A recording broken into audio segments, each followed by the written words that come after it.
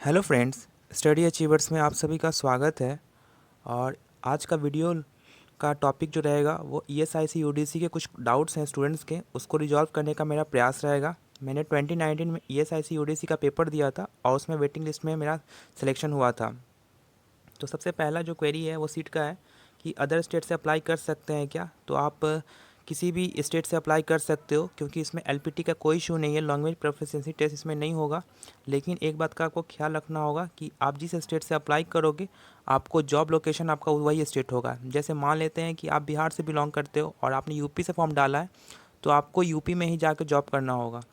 Second query होता है कि सर अदर स्टेट में अगर सिलेक्शन ले ले तो ट्रांसफ़र होगा इन अदर स्टेट में इन फ्यूचर। देखो, अगर आप जिस स्टेट से अप्लाई करोगे आपका पोस्टिंग भी उसी स्टेट्स में रहेगा।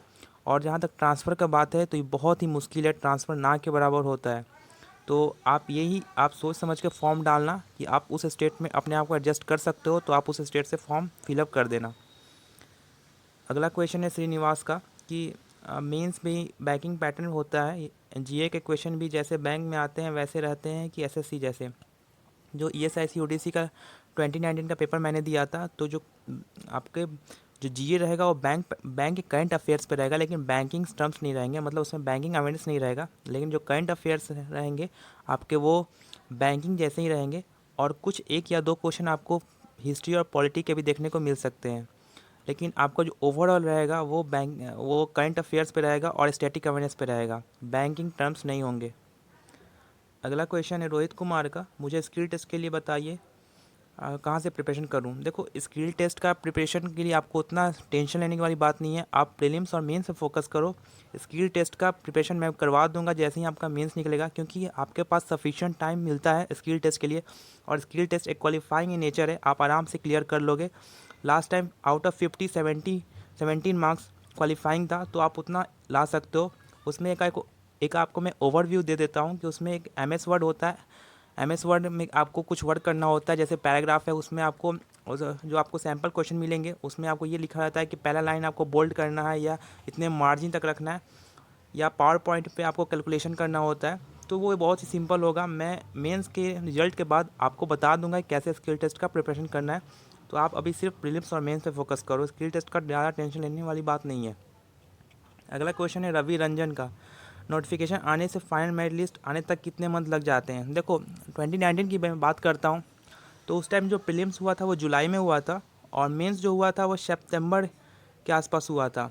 और जो उसका स्किल टेस्ट था वो 20 अक्टूबर को हुआ था 2019 में, और जो फाइनल रिजल्ट आया था वो जनवरी में आया था। तो आप मान के चल सकते हो कि 6 या 7 मंथ आपके लग जाएंगे। इस साल की बात करें तो आपके जुलाई अगस्त तक आपका फाइनल रिजल्ट आ जाएगा और ज्वाइनिंग हो जाएगी। अगला क्वेश्चन है कि सर प्लीज़ प्री या मेंस की स्ट्रैटेजी शेयर कर दीजिए और जीए कितने मंथ का करना है। जहाँ तक प्री और मेंस की स्ट्रैटेजी है मैंने पहले अपनी वीडियो में बता दिया हूँ। और जीए का बात है तो आप एग्ज़ाम मंथ से कम 5 महीने पहले तक जाना रिवर्स ऑर्डर में। जैसे मान लो कि आपका एग्ज़ाम मार्च में है तो आप करंट अफेयर होगा वो अक्टूबर से लेकर मार्च तक का कंप्लीट कर लेना। अगला क्वेश्चन है कि सर लैंग्वेज प्रोफिशिएंसी टेस्ट होता है क्या, यदि अदर स्टेट से आप फिल करें। तो इसका आंसर मैंने पहले ही दे दिया है कि लैंग्वेज प्रोफिशिएंसी टेस्ट नहीं होता है, आप किसी भी स्टेट से अप्लाई कर सकते हो। अगला क्वेश्चन है कि इसमें सब्जेक्ट वाइज कट ऑफ रहता है क्या। देखो, सेक्शनल कट ऑफ 40% रहता है, और as well as overall cut off जो 2019 में था, लेकिन इस साल नोटिफिकेशन में कहीं भी मेंशन नहीं हुआ है। तो लेट्स सी इसके आगे ईएसआईसी नोटिफिकेशन या कुछ नोटिस निकालता है कि नहीं, लेकिन अभी तक तो ऐसा कुछ कहीं भी मेंशन नहीं है। लेकिन लास्ट टाइम जो था वो 40% था आपके। जैसे मान लो 40 मार्क्स किसी सब्जेक्ट में आउट टोटल हैं तो उसके 14% या 16 या और 45% होता है जनरल और ईडब्ल्यूएस के लिए, यानी 18 मार्क्स। तो उतना लास्ट टाइम था, लेकिन इस टाइम कहीं भी ऐसा मेंशन नहीं है।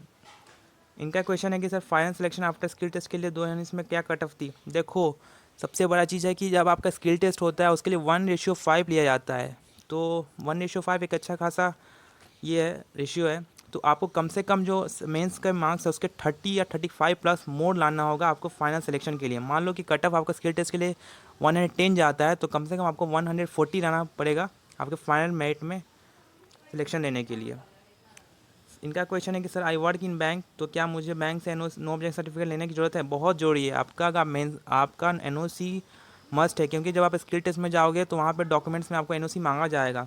अगर एनओसी रहेगा तभी आपको अलाउ किया जाएगा स्किल टेस्ट के लिए, तो एनओसी मस्ट है। आप एनओसी के लिए अप्लाई अभी से ही कर दो बैंक में। इनका क्वेश्चन है कि सर, वो पहली वाली थे, तो ये टोटल कुछ क्वेश्चंस हैं जो मैंने लिया है, और इसके अलावा भी अगर आपके मन में कोई क्वेरी होगा तो आप कमेंट बॉक्स में मुझसे पूछ सकते हो। तो इसी के साथ मेरी वीडियो को एंड कर रहा हूँ, और मेरे टेलीग्राम ग्रुप से भी आप लोग जुड़ सकते हो, मैं उसका लिंक अपने डिस्क्रिप्शन में दे दूँगा। Thank you.